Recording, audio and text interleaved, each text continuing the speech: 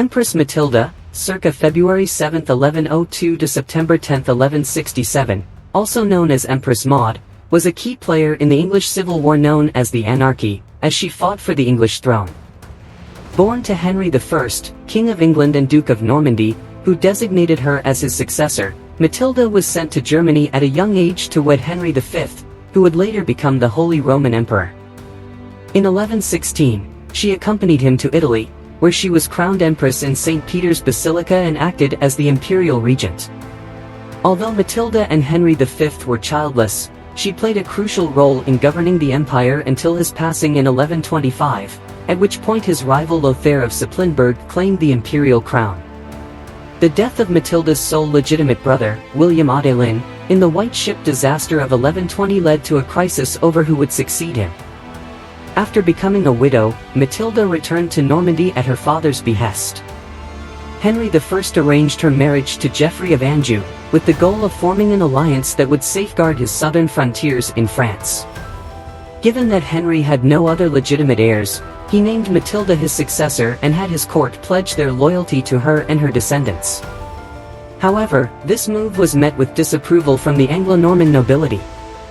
Upon Henry's death in 1135, Matilda and Geoffrey encountered strong resistance from the barons, and her cousin Stephen of Blois took the throne, backed by the English Church. Stephen quickly established his authority but faced continuous challenges from neighboring states and internal factions. In 1139, Matilda led an invasion of England with the backing of her half-brother Robert, Earl of Gloucester, and her uncle David I of Scotland, while Geoffrey concentrated on reclaiming Normandy. Matilda's forces captured Stephen at the Battle of Lincoln in 1141, but her attempt to be crowned at Westminster Abbey was blocked by the opposition of the Londoners. Consequently, Matilda was never officially recognized as Queen of England and was instead referred to as Lady of the English, Latin, Domina Anglorum. Following the capture of her brother Robert at the Rout of Winchester in 1141, Matilda agreed to a swap of him for Stephen. She survived a siege at Oxford Castle by Stephen's forces but famously made her escape across the frozen river Isis, Thames, to Abingdon, reportedly disguised in white to blend with the snow. The conflict reached a standstill, with Matilda controlling much of southwestern England, while Stephen held the southeast and Midlands, with other areas falling under the control of independent barons. In 1148, Matilda came back to Normandy, now safely under the control of Geoffrey, leaving their oldest son Henry to fight on in England. Henry eventually reached an agreement with Stephen through the Treaty of Wallingford, acknowledging him as Stephen's successor. Henry became King Henry II in 1154, creating the Angevin Empire. Matilda set up her court close to Rouen and spent the rest of her life managing Normandy on her son's behalf. In the early days of Henry II's rule, she offered crucial political advice and helped resolve the Becket dispute. Matilda was famous for her religious devotion, establishing many Cistercian monasteries. She was laid to rest under the high altar at Bec Abbey after her passing in 1167, though her remains were moved to Rouen Cathedral later on. Early life. Henry I, the King of England and Duke of Normandy, and his initial wife, Matilda of Scotland, were believed to have been born on February 7, 1102, at Sutton Courtenay in Berkshire. Henry I was the youngest son of William the Conqueror, renowned for his conquest of England in 1066, which led to the creation of the Anglo-Norman Empire that spanned into Wales. This conquest paved the way for a new ruling class, the Anglo-Normans, who controlled territories in England and across the English Channel in Normandy. These barons frequently maintained strong connections with the Kingdom of France, which at that time was a patchwork of counties and smaller political units, all under the somewhat loose authority of the French monarch. Matilda's mother, Matilda of Scotland, came from the lineage of King Malcolm III of Scotland and Margaret of Wessex. Margaret belonged to the ancient English royal family and was a descendant of Alfred the Great, adding to her noble ancestry. For Henry I, his marriage to Matilda of Scotland served not only to forge an alliance with Scotland but also to bolster his claim to the English throne by linking his rule to the esteemed English and Scottish royal bloodlines. For Matilda of Scotland, this marriage brought her considerable status and influence in England. Matilda had one legitimate younger brother, William Adelin, who was set to inherit the English throne. However, Henry I's numerous affairs with various mistresses resulted in the birth of approximately 22 illegitimate children for Matilda, some of whom would go on to play significant roles in the political landscape of the era. The specifics of Matilda's early life are not well documented, but it is thought she spent her early years with her mother, where she was educated to read and received a religious and moral education. Her upbringing likely involved interactions with several key figures at the English court. Her uncle David, who would later become King David I of Scotland, and notable nobles such as her half-brother Robert of Gloucester, her cousin Stephen of Blois, and Brian Fitz-Count were among those present. In 1108, Henry I entrusted Matilda and her brother William Adelin to the care of Anselm, the Archbishop of Canterbury, while he embarked on a journey to Normandy. Anselm, a close ally and favored clergyman of Matilda's mother, was responsible for their supervision and continued education. Despite the lack of detailed physical descriptions, accounts from the time described Matilda as exceptionally beautiful, a trait that may have been shaped by the common practice of flattery in the chronicler's accounts of the period. Holy Roman Empire. Marriage and coronation. Around late 1108 or early 1109, King Henry V of Germany dispatched representatives to Normandy to propose a marriage alliance with Matilda and also wrote directly to her mother, Matilda of Scotland, to discuss the matter further.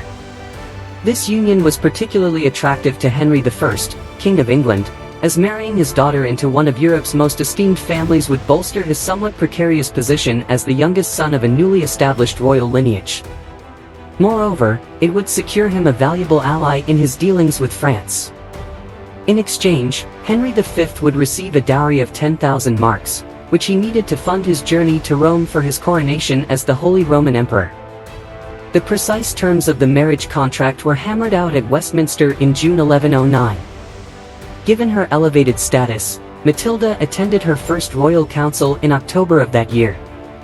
She departed for Germany in February 1110, signaling the start of her new life. Matilda and Henry met in Liège before proceeding to Utrecht, where they were officially wed on April 10, 1110. On July 25, Matilda was crowned as the German queen in a lavish ceremony at Mainz. There was a notable age difference between them, with Matilda being just 8 years old and Henry being 24. Following their marriage, Matilda began her public duties in Germany, setting up her own household and engaging in the empire's affairs.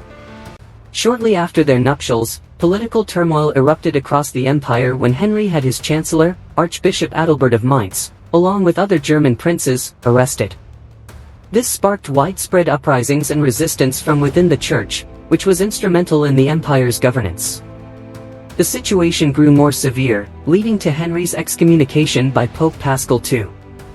In early 1116, Henry and Matilda ventured into Italy, seeking to settle their dispute with the Pope. Matilda took an active role in the governance of the empire, endorsing royal grants, addressing petitions, and participating in ceremonial events.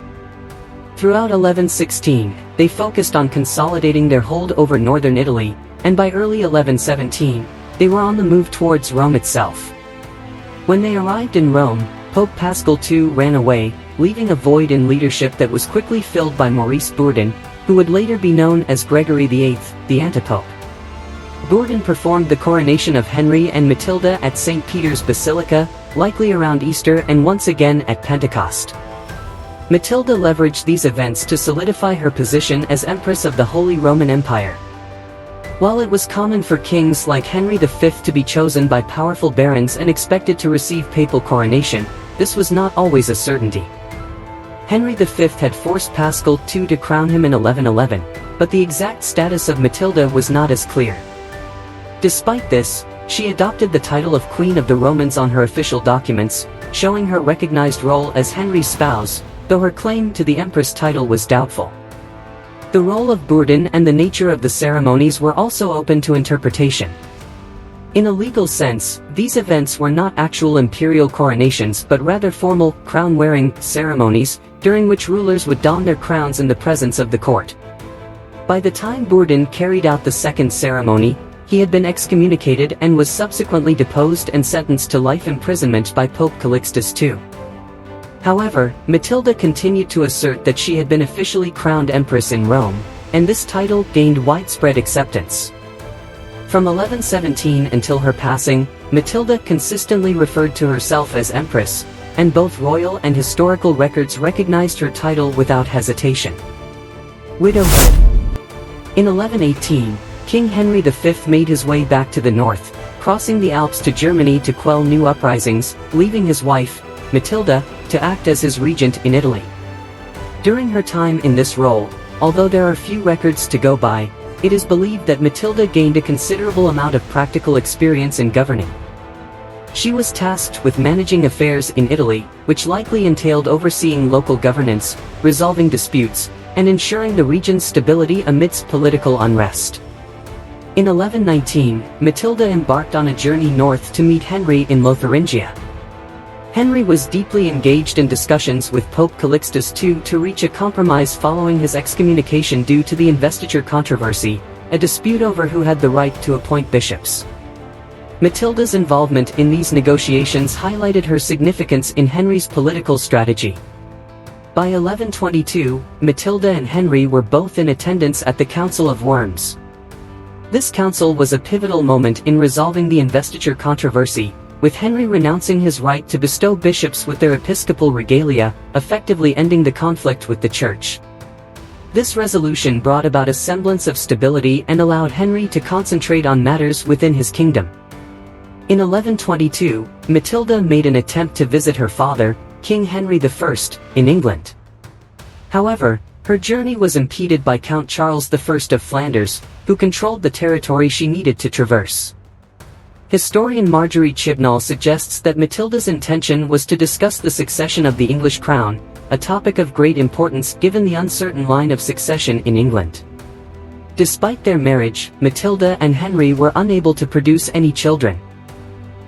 Contemporary accounts did not suggest this was due to infertility on either side but rather to Henry's actions against the Church. This absence of an heir contributed to the political instability and concerns regarding who would succeed Henry. By early 1122, Matilda and Henry were traveling together down the Rhine as Henry dealt with political turmoil within his domains. At this point, Henry was battling cancer, which significantly hampered his ability to govern. He passed away on May 23, 1125, in Utrecht. On his deathbed, Henry entrusted Matilda with the imperial insignia and placed her under the protection of their nephew, Frederick, who was set to inherit Henry's lands. The specific instructions Henry gave Matilda regarding the empire's future remain a mystery. Following his death, Archbishop Adalbert convinced Matilda to give up the insignia, leading to the electoral process that saw Lothair of Supplinburg, a former adversary of Henry, become the new king. This move was a strategic political decision, as it shifted power from Henry's faction. At the age of 23, Matilda faced a limited array of options for her future. Childless and unable to serve as an imperial regent, her choices were somewhat restricted to either joining a convent or remarrying. Despite receiving several marriage proposals from German princes, Matilda chose to return to Normandy. Her decision to not return to Germany, as evidenced by her giving up her estates within the empire, suggests she did not anticipate a return there. Matilda departed with a substantial collection of personal treasures, including her own imperial regalia, 2 of Henry's crowns, and the valuable relic of the hand of St. James the Apostle. This collection symbolized her status and the authority she had wielded as empress. Succession crisis. In 1120, the political scene in England experienced a major upheaval following the White Ship disaster. The voyage, which included Matilda's brother, William Adelin, and many high-ranking nobles, was set to sail at night from Barfla in Normandy to England. Tragedy struck just outside the harbor, likely due to the ship being overloaded and the crew and captain indulging in excessive drinking. The disaster claimed the lives of all but 2 passengers, with William Adelin among the victims. The death of William Adelin plunged England into a succession crisis. The rules for determining who would succeed to the throne varied across Western Europe at the time. In some regions of France, the eldest son was the one who inherited the title, a practice known as male primogeniture. The French tradition of the reigning king crowning his successor while alive helped ensure a clear line of succession. However, in England, the process was more complicated. As noted by Professor Eleanor Searle, English nobles struggled to identify a clear line of legitimate heirs, leading to disputes over inheritance after the king's death. This uncertainty was made worse by the turbulent succession periods of the previous 60 years. The sons of William the Conqueror, William Rufus and Robert Curthose, had fought over their inheritance, and Henry I had only taken control of Normandy by force. There had been no peaceful, uncontested transfers of power. Initially, Henry I hoped to father another son. Following the death of his first wife, Matilda of Scotland, in 1118, Henry remarried to Adeliza of Louvain. Despite this union, Henry and Adeliza were unable to have children, which threatened the future of the dynasty. As a result, Henry began to look at his nephews as potential heirs. Among them, Stephen of Blois, the son of Henry's sister Adela, appeared to be a strong contender. To bolster Stephen's position, Henry arranged his marriage to Empress Matilda's wealthy maternal cousin, Countess Matilda I of Boulogne. Another nephew, Count Theobald IV of Blois, also seemed a suitable heir and maintained a close alliance with Henry. Meanwhile, King Louis VI of France favored William Clito, the sole son of Robert Curthose, as his successor. However, William Clito's rebellion against Henry made him an unsuitable candidate. Henry might have also considered his illegitimate son, Robert of Gloucester, but the English tradition and custom would have looked down upon this option due to Robert's illegitimacy. The succession crisis took a significant turn when Emperor Henry V of France passed away in 1125.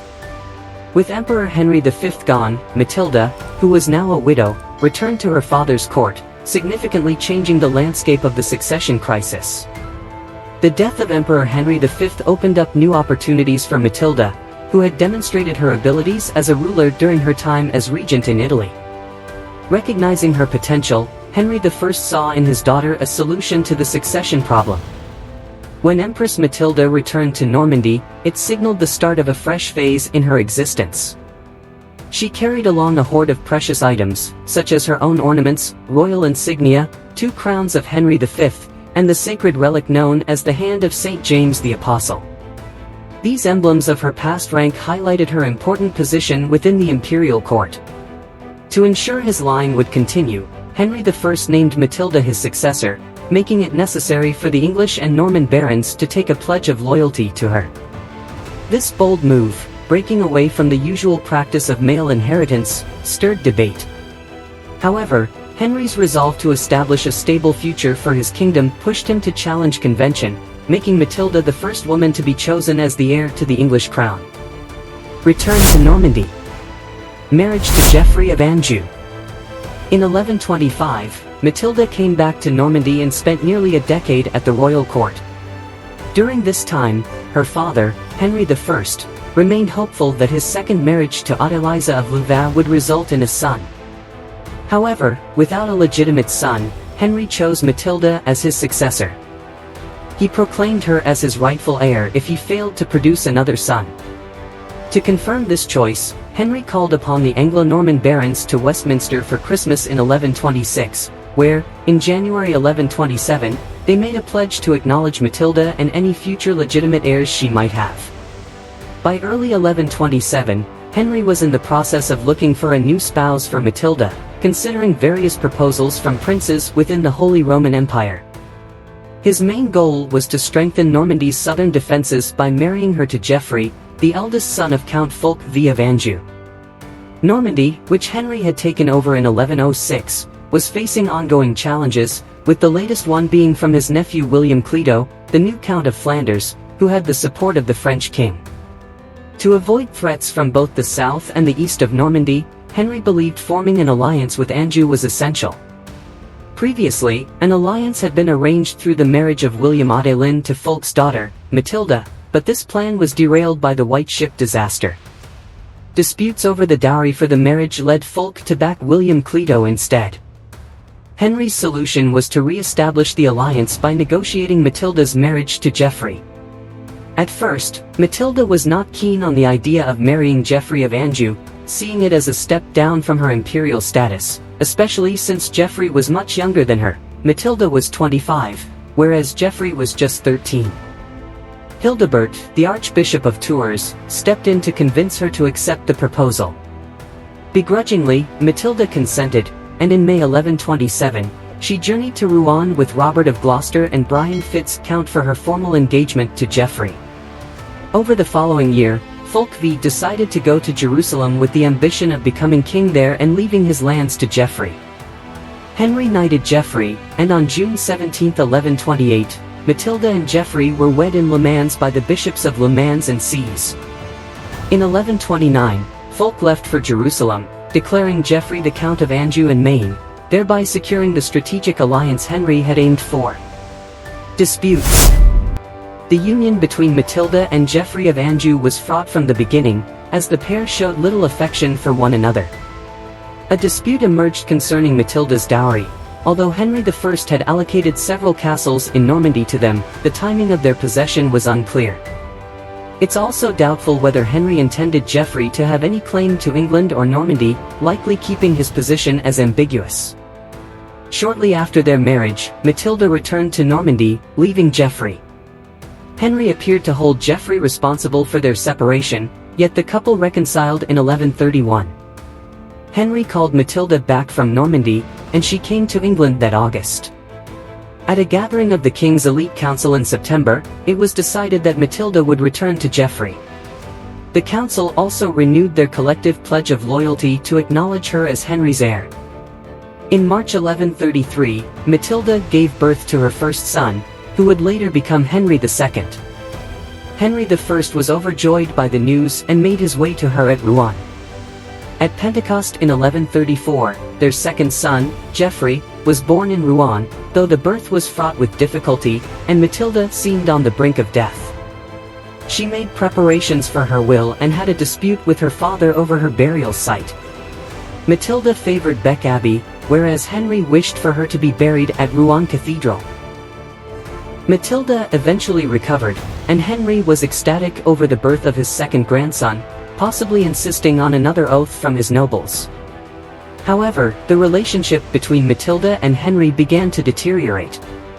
Matilda and Geoffrey believed they lacked true backing in England for their claim to the throne.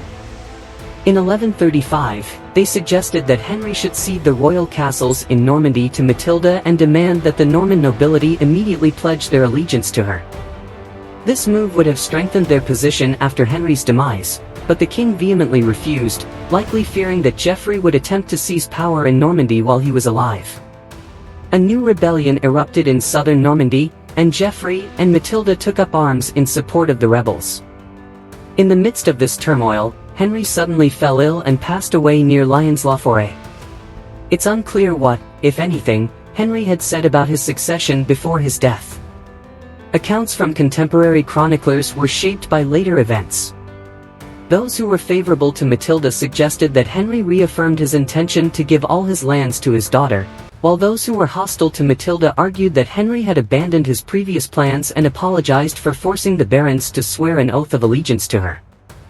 Road to war. Following the demise of King Henry I, Matilda and Geoffrey found themselves in Anjou, actively backing rebels in their fight against the royal forces.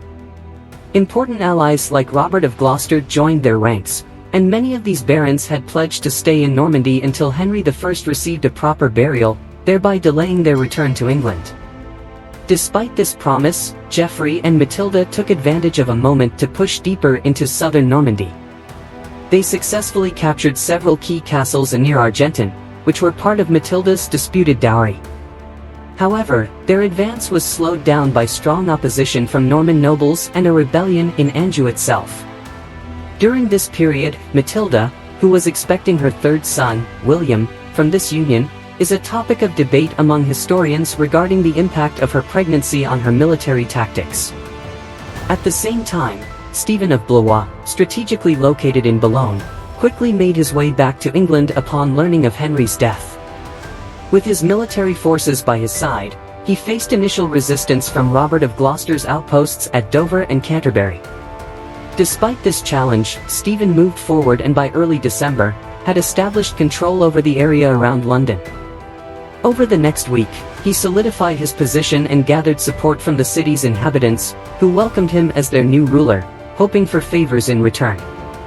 His brother, Henry of Blois, the Bishop of Winchester, played a pivotal role in securing church backing for Stephen's claim, even though Stephen had sworn allegiance to Matilda in 1127. Henry effectively argued that Henry I had retracted his insistence on the oath, potentially changing his plans for succession upon his death. Stephen was crowned at Westminster Abbey on December 22. Upon hearing of Stephen's growing popularity in England, Norman nobles gathered at Le Neubourg to consider declaring Stephen's elder brother, Theobald, as the rightful king. Theobald, being the eldest grandson of William the Conqueror, was viewed by many as having a more rightful claim to the throne and duchy than Matilda. However, before a decision could be reached, news came from England of Stephen's upcoming coronation, leading to a decline in support for Theobald as Norman barons were hesitant to oppose Stephen and risk causing a rift between England and Normandy. In July 1136, Matilda gave birth to her third son, William, at Argentan. Over the next 3 years, she operated from the border region, setting up her household knights on local estates. It is believed that Matilda sought backing for her claim from Pope Innocent II through Ulgar, the Bishop of Angers, but her efforts were largely unsuccessful. Meanwhile, Geoffrey launched invasions into Normandy in early 1136 and later that year, engaged in raids and destruction rather than territorial expansion. Stephen's return to the duchy in 1137 led to an informal alliance with Louis VI and Theobald against Geoffrey and Matilda's expanding Angevin influence. However, internal strife within Stephen's army, especially between Flemish mercenaries and Norman barons, led to conflict that forced Stephen to put his campaign on hold and agree to a truce with Geoffrey, promising an annual payment for peace along the Norman borders. During Stephen's early years as king in England, he was known for extravagant royal events and the distribution of land to his allies, with the Pope Innocent II, Louis VI, and Theobald providing support. Yet, obstacles soon appeared. David I of Scotland, who was Matilda's uncle, began a campaign in the north, capturing cities like Carlisle and Newcastle. Stephen moved northward and managed to reach a temporary agreement at Durham. In the south, there were uprisings in South Wales, which led Stephen to pause his efforts to suppress these rebellions by 1137. More difficulties came from the southwest, with uprisings led by Baldwin de Redvers and Robert of Bampton. Baldwin's subsequent release and criticisms in Normandy only made Stephen's problems worse. Revolt. Robert of Gloucester, Matilda's half-brother, wielded significant influence among the Anglo-Norman aristocracy, overseeing vast lands in both Normandy and as the Earl of Gloucester in England. In 1138, he sparked a critical shift towards civil strife in England by openly defying King Stephen. By renouncing his allegiance to Stephen, Robert declared his backing for Matilda, sparking a major rebellion in Kent and the southwest of England. Despite Robert's crucial role, Matilda had been relatively inactive in pursuing her claim to the throne since 1135. Geoffrey of Anjou, Matilda's spouse, took advantage of the ensuing turmoil by launching an attack on Normandy from his base in Anjou. At the same time, David I of Scotland, strengthening Matilda's claim to the throne, made another move into northern England, pushing south into Yorkshire. King Stephen acted quickly to these challenges, concentrating his efforts on England rather than Normandy. He sent his wife, Queen Matilda, to Kent with supplies from Boulogne, ordering her to retake the strategically important port of Dover, which was under Robert's control. Concurrently, a group of Stephen's knights was sent north to face David's Scottish forces, ending in a significant victory for Stephen at the Battle of the Standard later that year. Despite this victory, David maintained control over much of the north of England. Stephen personally led military campaigns into western England to reassert royal power, beginning with the Welsh marches where he captured Hereford and Shrewsbury before moving south towards Bath. However, his attempts to capture Bristol failed, leading him to resort to raiding the surrounding areas. Throughout these chaotic times, rebel groups in England expected Robert's support from Normandy, but Robert stayed put, encouraging Empress Matilda to lead an invasion of England herself. The year ended with Dover falling to Queen Matilda's forces. By 1139, the possibility of a joint invasion by Robert and Matilda was a significant concern. Having solidified their hold over Normandy, Geoffrey and Matilda spent the early part of the year getting ready for an expedition across the Channel. Matilda also sought papal backing at the beginning of the year, sending her representative Bishop Ulger to Rome to argue her rightful claim to the English throne based on hereditary right and the oaths taken by the English barons. In response, Arnulf of Lisieux defended Stephen's position, suggesting that Matilda's claim was questionable due to her mother's status as a former nun, casting doubt on the validity of her claim. Although the Pope did not revoke his previous support for Stephen, the debate highlighted the contested nature of Stephen's claim from Matilda's viewpoint, setting the stage for more conflict. Civil War. Initial moves. The invasion by Empress Matilda kicked off in the late summer of 1139, signifying a crucial turning point in the struggle for the English throne. Baldwin de Redvers first set sail from Normandy to Wareham in August, with the goal of securing a port for Matilda's invading army. However, Stephen's troops quickly caught up with Baldwin, compelling him to retreat to the southwest of England. In September 1139, Matilda got an invitation from her stepmother, Queen Adeliza, to land at Arundel instead. She was accompanied by Robert of Gloucester and a group of 140 knights, and she arrived in England on September 30th. She chose to settle at Arundel Castle, a key defensive position, while Robert moved northwestward towards Wallingford and Bristol. Robert had two main objectives: to gather support for Matilda's cause and to meet with Miles of Gloucester, who had switched sides from Stephen's camp to back Matilda. Stephen reacted quickly to the mounting threat. He moved southward and besieged Arundel Castle, effectively trapping Matilda inside. The siege, however, was temporarily halted by a truce negotiated by Stephen's brother, Henry of Blois, who was also the Bishop of Winchester.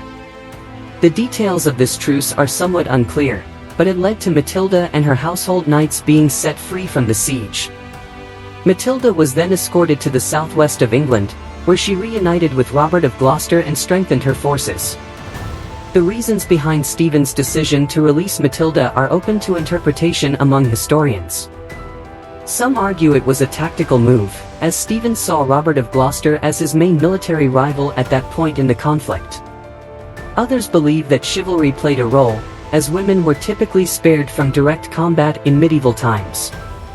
Following her release, Matilda set up her court in Gloucester, strategically located in the southwest to ensure her independence from Robert's direct influence while still maintaining control over the region.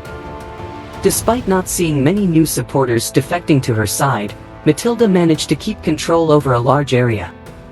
This area stretched from Gloucester and Bristol southward into Wiltshire, westward into the Welsh Marches, and eastward along the Thames Valley up to Oxford and Wallingford, thereby presenting a significant threat to London. Meanwhile, Stephen continued his military campaigns to quell the rebellion. He targeted important fortresses like Wallingford Castle, which controlled the Thames corridor, but faced strong resistance and was unable to take it.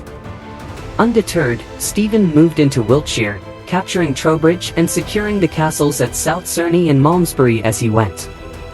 In response to Stephen's advances, Miles of Gloucester, a loyal supporter of Matilda, launched a counteroffensive. Miles clashed with Stephen's forces near Wallingford, putting him in a position to threaten London and forcing Stephen to abandon his campaign in the west. Stephen then shifted his focus eastward to stabilize his position and protect his capital. Battle of Lincoln.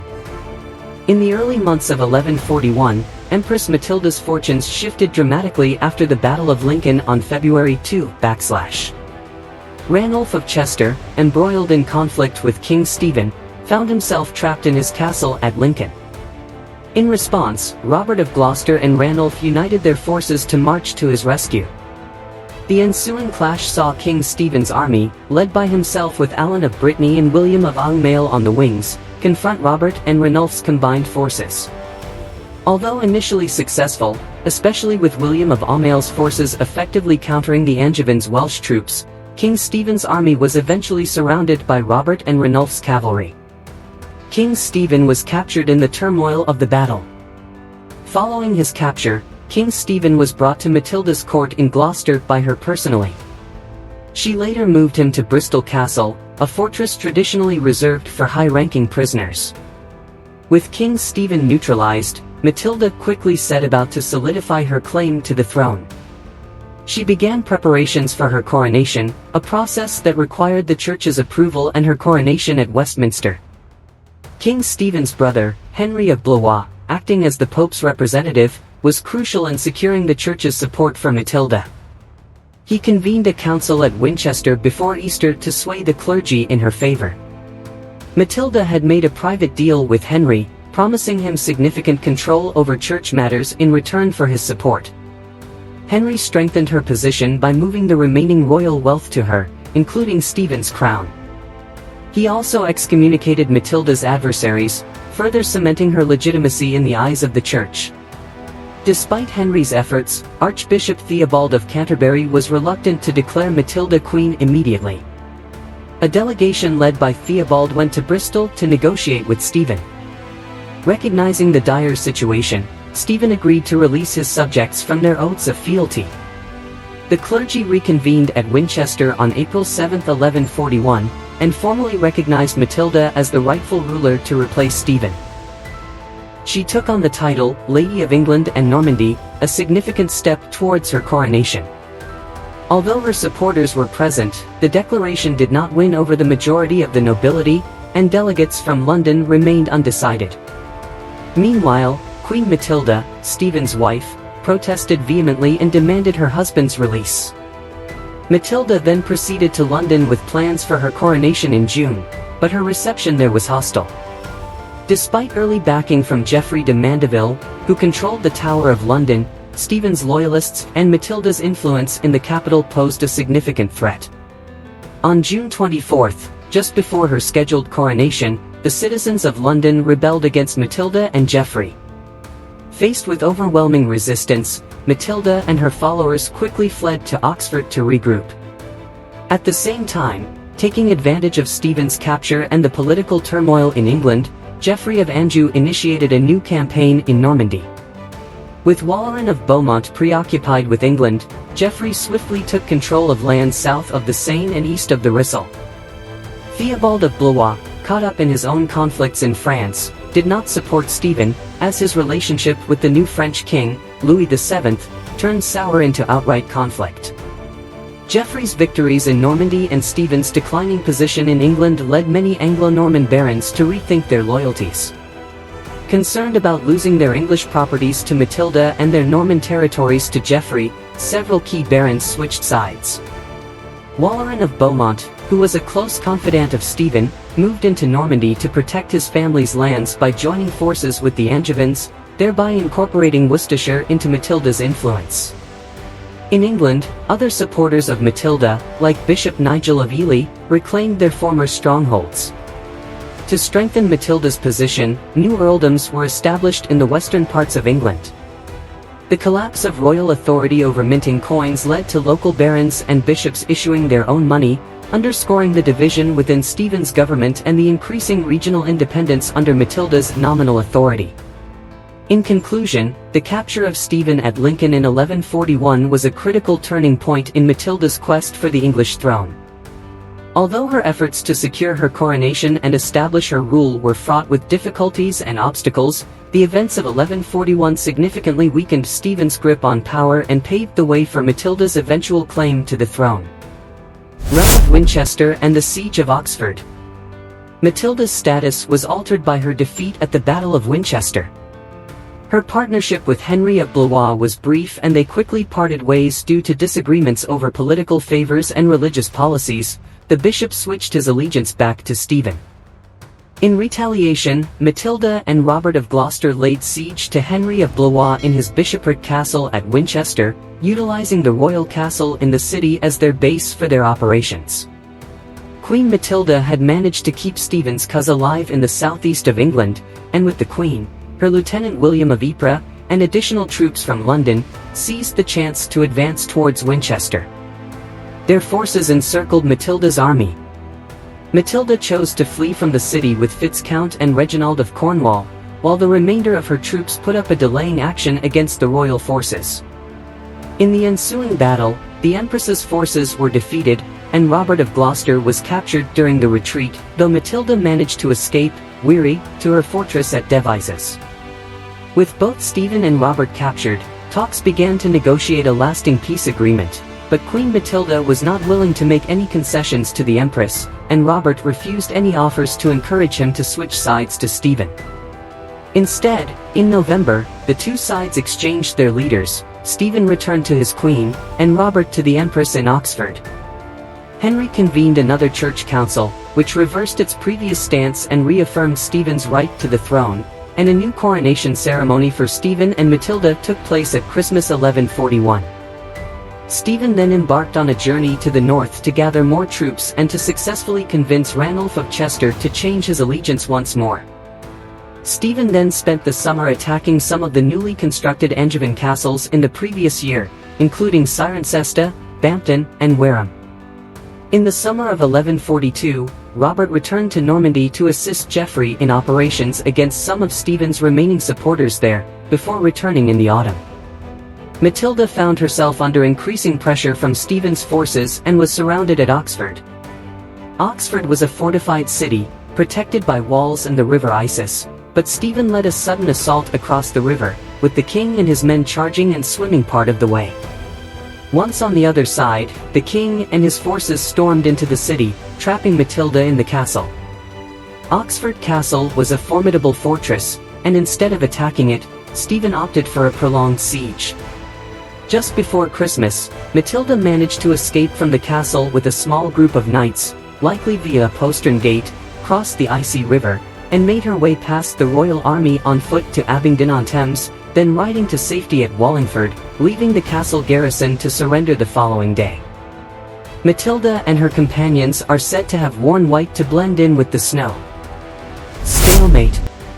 After withdrawing from Winchester, Matilda regrouped at Devizes Castle in Wiltshire, a key fortress that had been previously held by the Bishop of Salisbury but was later taken by Stephen.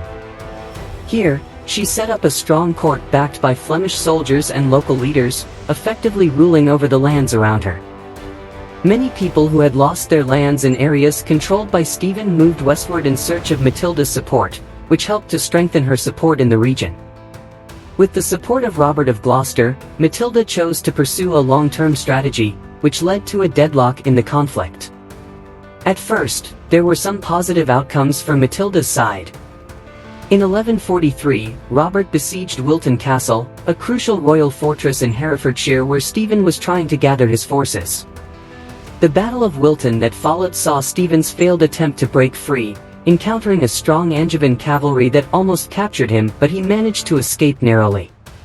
Later that year, Geoffrey de Mandeville rebelled against Stephen in East Anglia, establishing his base at the Isle of Ely and launching military operations toward Cambridge, with the goal of moving south to London. At the same time, Ranulph of Chester started another rebellion in the summer of 1144. Meanwhile, Geoffrey of Anjou solidified his control over southern Normandy, gaining recognition as Duke of Normandy from Louis VII in early 1144. Despite these promising developments, Matilda faced difficulties in keeping her progress. The sudden death of Miles of Gloucester in a hunting accident over Christmas 1144 was a major loss, as he was one of her most effective military leaders.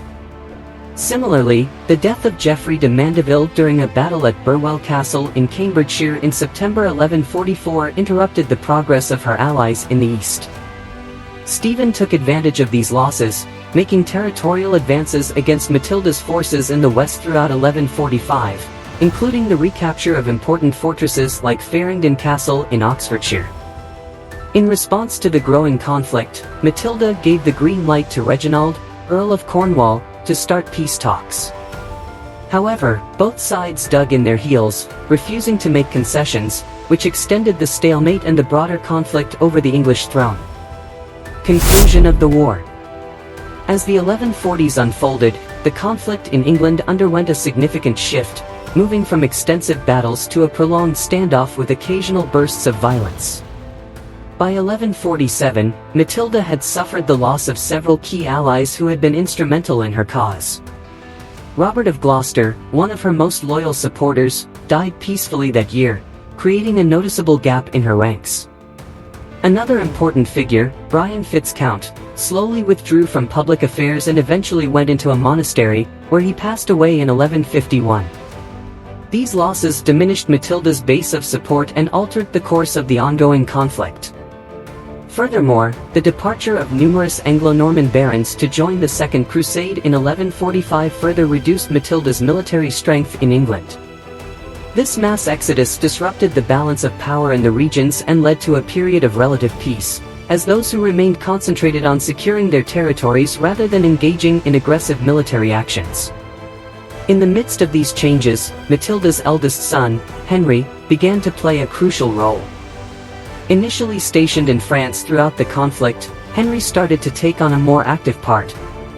He made 2 attempts to cross over to England in 1142 and 1147, but these efforts were not successful due to a lack of funds to support extended military campaigns.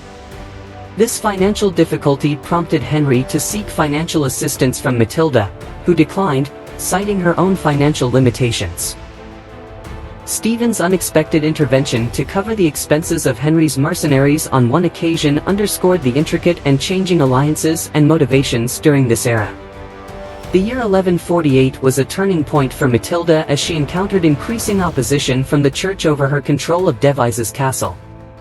Despite holding on to the strategically important castle since 1142, Matilda faced opposition from Pope Eugene III, who backed the Bishop of Salisbury's claim to the property.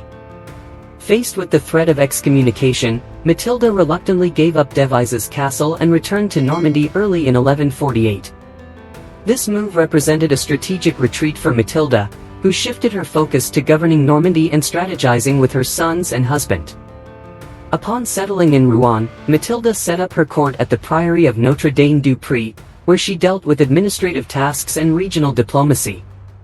Her presence in Normandy allowed her to consolidate support among the local nobility and maintain ties with important allies, including Geoffrey of Anjou. Together, they navigated the diplomatic landscape to secure recognition for Henry's claim to the English throne, gaining support from influential circles within the church and establishing Henry's legitimacy among many. The sudden demise of Geoffrey in 1151 introduced a fresh obstacle for Matilda and Henry. Following Geoffrey's death, Henry claimed his family's estates, sharpening his resolve to make another attempt at conquering England. In the spring of 1153, Henry made his way back to England with a modest force, taking advantage of his increasing popularity among local barons. Despite early disagreements and readiness for war on both sides, the church played a role in mediating talks that resulted in a ceasefire and a final peace deal. Under this deal, Henry recognized Stephen as the king while positioning himself as Stephen's chosen son and successor, setting the stage for his eventual takeover of the throne after Stephen's death in 1154. Simultaneously, in Normandy, Matilda encountered persistent challenges, such as internal opposition and the risk of baronial uprisings. Despite these obstacles, the stability that Henry's takeover of the English throne brought somewhat eased the situation, allowing Matilda to concentrate more on governing Normandy and aiding Henry's initial rule. Her efforts in Normandy during this period helped stabilize the area and solidify Henry's control over the Anglo-Norman territories. In summary, the later years of Matilda's life were characterized by strategic retreats, diplomatic tactics, and preparations for her son Henry's eventual ascendancy to the English throne. Her contributions to the political development of Normandy and the foundation for Henry's successful takeover of the English throne highlighted her lasting impact despite the difficulties and obstacles she encountered during the chaotic Anarchy period. Later life. In her later years, Matilda dedicated herself to governing Normandy, working closely with her son Henry, who increasingly depended on her advice and management skills. Together, they signed documents, resolving legal conflicts and issues related to land that emerged from the chaotic period of war between England and Normandy. Matilda's knowledge and insight were essential in bringing stability to the areas under Henry's leadership. Her ability to negotiate was also evident, especially when she acted as a mediator between Henry and Thomas Becket, who were in a heated dispute. Initially wary of Becket's increasing influence, Matilda later offered a detailed view to the prior of Mont Saint-Jacques, emphasizing Henry's attempts to amend English traditions and the administrative obstacles Becket faced within the church. On a global scale, Matilda skillfully managed sensitive issues. The case of the Hand of St. James, a relic she brought from Germany, demonstrated her diplomatic finesse. Emperor Frederick I demanded its return as part of the imperial regalia, but Matilda and Henry argued for its preservation at Reading Abbey, a place of great pilgrimage. They appeased Frederick with lavish presents, including a special tent selected by Matilda for his court events in Italy. In 1164, Matilda played a key role in easing tensions with Louis VII of France over funds for crusades, showing her adeptness in dealing with intricate diplomatic situations and preserving peace. As she grew older, Matilda's attention turned to religious matters and church issues, highlighting her lifelong devotion. Despite this, she remained actively engaged in governance, ensuring the regions of Normandy remained stable under Henry's leadership. Renowned for her love of her youngest son William, she opposed Henry's ambitious plan to invade Ireland, instead advocating for significant land grants in England for William's benefit. In her later years, Matilda adopted a more laid-back attitude, yet her commanding presence remained respected. Historians from Mont Saint-Jacques depicted her as a figure of strength and grace, leaving a lasting legacy as a powerful matriarch who significantly influenced the political and diplomatic scene of her era. Death. On September 10, 1167, Matilda died in Rouen, and her estate was left to the church. She was laid to rest under the elevated altar at Bec Abbey, with the ceremony led by Rotrou, the Archbishop of Rouen. Her grave was marked with a tombstone that honored her as born of greatness, married to greatness, and mother to greatness. Here lies Matilda, the daughter, spouse, and mother of Henry, a saying that gained fame during her era. Sadly, her grave was damaged in a fire in 1263 and was later repaired in 1282, only to be destroyed by an English force in 1421. In 1684, the Congregation of St. Maur found some of her bones and moved them back to Bec Abbey in a new casket. After the church was destroyed by Napoleon, Matilda's remains were lost once more but were found in 1846. They were then placed back in Rouen Cathedral, where they remain today. Matilda as ruler. Government, law and court. Matilda's existence was shaped by her diverse roles as a monarch, negotiator, and key figure in the chaotic political scene of the 12th century Europe. Born into the royal lineage of Normandy and England, she was endowed with a legacy of power and ambition that influenced her upbringing and subsequent actions. #Early life and education in the Holy Roman Empire. Growing up at her father's court, King Henry I of England, and her mother, Matilda of Scotland, Matilda received an education that likely encompassed Latin, theology, and courtly manners, readying her for a future as a noblewoman and perhaps a ruler. At the tender age of 8, she was engaged to Henry V, Holy Roman Emperor, in a marriage designed to strengthen the alliance between the English and German royal families. In the Holy Roman Empire, Matilda's court was lavishly furnished, yet she did not have a personal chancellor like some queens did. Instead, she depended on the imperial chancellor for matters of administration. This period exposed Matilda to the intricacies of imperial politics and governance, setting the stage for her future roles as a regent and leader. Marriage and regency in Italy. Matilda's marriage to Emperor Henry V thrust her into the heart of imperial politics.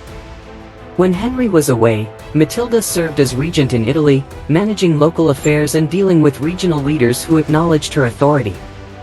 Her adept governance during this time showcased her diplomatic skills and her ability to manage the complexities of ruling a foreign territory as a woman. Return to Normandy and Anjou. Following the death of her first husband, Matilda returned to Normandy and Anjou, where she strategically laid claim to the English throne. By adopting the title Imperatrix, Empress, and highlighting her lineage as the daughter of King Henry I, she distinguished herself from the traditional roles of Queen's Regnant. Her entry into England in 1139 signaled the start of the civil war known as the Anarchy, in which she contested Stephen's claim to the throne. The Anarchy and Matilda's claim. During the Anarchy, Matilda's claim to the English throne was contested by King Stephen. Despite not being officially crowned Queen Regnant at Westminster, she used the title Domina Anglorum, Lady of the English, to assert her sovereignty. This title highlighted her independence and leadership during a time of political turmoil, challenging the established norms of female governance. ### governance and administration in England. In England, Matilda's approach to governance aimed at centralizing royal power. She maintained a royal household, collected taxes from her loyal estates, and appointed earls to strengthen her administration. Her strategies included issuing charters and minting coins in her name, symbols of her control over the economic and administrative aspects of her domain. Efforts in international relations and influence. The influence of Matilda went well beyond her political strategies. She was actively involved in international talks, handled emergencies like conflicts over sacred objects, and upheld her personal beliefs throughout her existence. Her position as a key figure in the governance of the Middle Ages and the changing status of women in the political sphere made a significant mark, affecting how women were viewed as leaders for many years. Later in life and passing away. As she grew older, Matilda went back to Normandy, giving up her claim to the English crown but still playing a crucial part in the governance of the region, especially in places like Argentan where her feudal rights were important. She passed away in Rouen in 1167, leaving a legacy of toughness, political smarts, and innovative leadership in overcoming great obstacles. Matilda's existence highlighted the intricate and obstacles that medieval women in leadership roles had to deal with. Her skill in dealing with family politics, establishing her power, and effecting governance in various areas highlighted her key role in determining the direction of European history. Relations with the Church. Matilda's deep connection with the Church and its monastic communities was a key part of her existence, showing her significant role in supporting religious life and beliefs across England and Normandy. Although historical accounts don't offer much about her personal spiritual habits, they do highlight her strong religious beliefs and her active participation in aiding various religious groups. From the start of her life, Matilda showed a preference for well-established Benedictine monasteries like Cluny, showing her initial support for those with a rich history and influence in the Church. She also backed newer religious groups such as the Victorines and Premonstratensians, showing her wide-ranging commitment to building religious communities from various traditions. As she grew older, Matilda focused more on the Cistercian order, which was quickly becoming a leading force in both England and Normandy during her era. The Cistercians' focus on simplicity, frugality, and devotion to the Virgin Mary aligned well with Matilda's own spiritual path. Her close ties with Mortimer Abbey in Normandy highlight her dedication to this group, where she supported the monastery and used its resources to start new ones like La Valasse nearby. Matilda's support for Mortimer Abbey was more than just financial. She actively encouraged and managed the monastery's growth, pushing for the construction of large guest houses to welcome a variety of visitors, from nobles to common folk. Her role might have also included choosing art and decorations for the monastery's chapels, showing her desire to enhance the spiritual atmosphere of these religious spaces with beauty and devotion. In summary, Matilda's support for religious communities and her dedication to monastic life emphasized her deep piety and the value she placed on promoting spiritual life and religious practices in the areas she governed. Her decisions in supporting religious groups reflected her deep-seated beliefs and her active role in spreading religious ideals and practices in medieval England and Normandy. Legacy. Historiography. Modern historians across Europe have documented various aspects of Matilda's existence, providing a detailed perspective on her personality and deeds. Although the biography by Arnulf of Lisieux has been lost, historians from England, France, Germany, and Italy have shared a variety of viewpoints on Matilda. In Germany, she was honored as the Good Matilda, praised for her leadership and governance skills, which have solidified her positive image there. On the other hand, during the Anarchy in England, historians such as those who wrote the Gesta Stephani depicted her negatively, often comparing her unfavorably to Stephen. Following Henry II's ascension to the throne, the opinions of historians towards Matilda generally became more favorable, mirroring the shifting political climate. However, legends and myths about her life persisted even after her demise. These included stories about her first husband's alleged survival as a hermit and fanciful tales of an affair with Stephen that supposedly resulted in the birth of Henry II. These myths have contributed to the intricate legacy and enduring interest in Matilda's life and rule. During the Tudor period, the question of Matilda's right to the English crown was a topic of considerable academic discussion. Her clear claim to the throne, according to standards of the 16th century, led to debates on why she did not more forcefully assert her authority, especially in comparison to her son Henry. By the 18th century, scholars like David Hume began to place Matilda's actions within the legal and political context of the 12th century, challenging previous interpretations. In the 19th century, a renewed scholarly interest in Matilda's life was sparked by the discovery and examination of archival materials such as charters, letters, and foundation histories. Historians such as Kate Norgate, Sir James Ramsay, and J.H. Round utilized these sources to provide detailed analyses of Matilda's role in the Civil War and her wider influence on medieval politics. Ramsay's critical view, based on the Gesta Stephani, stood in contrast to Norgate's more balanced perspective, drawing from French sources, which highlighted differing viewpoints on her reign. In contemporary English historical studies, Matilda's legacy has been somewhat eclipsed by other figures of her time, particularly her rival Stephen. However, Marjorie Chibnall's influential biography in 1991 brought her back into the spotlight, emphasizing Matilda's strong sense of imperial dignity and moral dedication amidst the political challenges of her era. This portrayal has been critiqued by feminist historians like Fiona Tolhurst, who argue that traditional assessments of Matilda often reflect gender biases, overlooking her strategic abilities and leadership qualities that were frequently commended by her male contemporaries. In conclusion, Matilda's life continues to be a subject of scholarly interest and debate, with ongoing efforts to reassess her historical importance and legacy within the broader narrative of medieval European history.